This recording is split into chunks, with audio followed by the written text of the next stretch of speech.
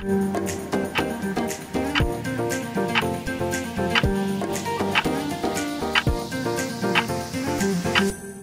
chers amis, bonjour. Alors, nous sommes le Shabbat Bamidbar, la veille de Shavuot. Donc, nous avons traversé cette période depuis Pessah et maintenant nous arrivons à Shavuot, au don de la Torah. Et si vous regardez bien, par rapport aux lectures de la Torah, il y a certaines parachiotes qui sont placées comme si on voulait nous dire que c'est cette paracha qu'il faut absolument lire à tel moment de l'année. Alors, par exemple, la paracha de Nitzavim, c'est une paracha qu'on va toujours lire avant Rosh Hashanah. D'accord ?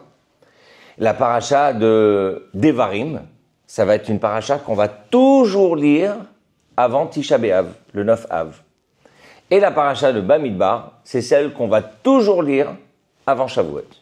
Alors pourquoi ? Eh bien, mes chers amis, parce que Bamidbar, c'est dans le désert. La Torah veut nous enseigner quelque chose de préalable au don de la Torah. C'est d'être dans le désert. Je vais poser une autre question. On a toujours l'habitude de répondre à une question par une autre, n'est-ce pas ? Alors, la question est, comment se fait-il que Moshe, lorsque la Torah évoque sa naissance, il y a comme un oubli de qui sont les parents de Moshe ?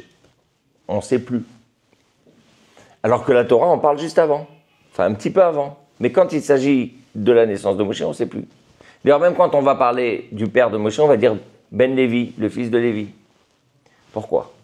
Alors, une des explications que je trouve extraordinaire, c'est parce qu'il y a là l'idée que la Torah veut nous indiquer que Moshe est un homme extraordinaire, mais que sa naissance n'est pas due à ses parents. Est-ce que vous comprenez ce que je veux dire ? C'est-à-dire qu'il y a d'une certaine manière l'idée que chaque personne doit pouvoir penser qu'elle peut donner naissance à Moshe. Potentiellement, on pourrait être les parents de Moshe. Je pourrais avoir un enfant qui va être aussi extraordinaire que Moshe. Et la raison est tout simplement parce que la Torah ne nous dit pas qui sont ses parents. C'est-à-dire que ce sont des parents anonymes et que ces anonymes peuvent donner naissance à un homme extraordinaire comme Moshe.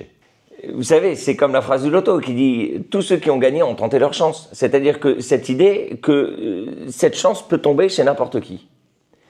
Et c'est exactement la même chose avec Shavuot, le don de la Torah. Tout d'abord, la Torah elle a été donnée dans le désert. Pourquoi dans le désert ? Parce que la Torah a deux conditions. Eh bien, d'abord, c'est que la Torah n'est pas contextualisée, c'est-à-dire en fonction de la société dans laquelle nous vivons. C'est pas comme si on disait, oui, mais la Torah a été donnée en Égypte et à cette période en Égypte, on avait l'habitude de. Mais non, la Torah a été donnée dans le désert, tout simplement. Donc, il n'y a pas de contexte dans lequel on va dire, oui, là, dans ce cas-là, s'appliquent les principes de Torah et là, ça ne s'applique pas. Et la deuxième chose, je pense, la plus intéressante quelque part pour nous, c'est de se dire que le désert ne nécessite aucun prérequis. C'est-à-dire que l'idée du désert, c'est qu'une personne doit se faire désert pour pouvoir recevoir la Torah. L'idée de recevoir la Torah, c'est pas de se dire « oui, mais moi je ne peux recevoir la Torah mais je n'ai pas grandi dans une famille et mes parents ne sont pas eux, et je n'ai pas fait la yeshiva, et je n'ai pas le temps d'étudier, etc. » L'idée du désert, c'est de dire qu'il n'y a pas d'excuse. Et quelque part, le fait de dire qu'il n'y a pas d'excuse, c'est un principe fondamental de la Torah, c'est celle de la responsabilité. Parce qu'à partir du moment où je dis « je n'ai pas d'excuse de ne pas faire cela », c'est-à-dire que j'ai l'obligation et la responsabilité de le faire. Et l'idée même de Shavuot, c'est le principe de la responsabilité. C'est le principe de dire que d'abord, vous connaissez tous l'histoire que nous sommes tous responsables les uns des autres, mais nous sommes surtout tous responsables les uns des uns.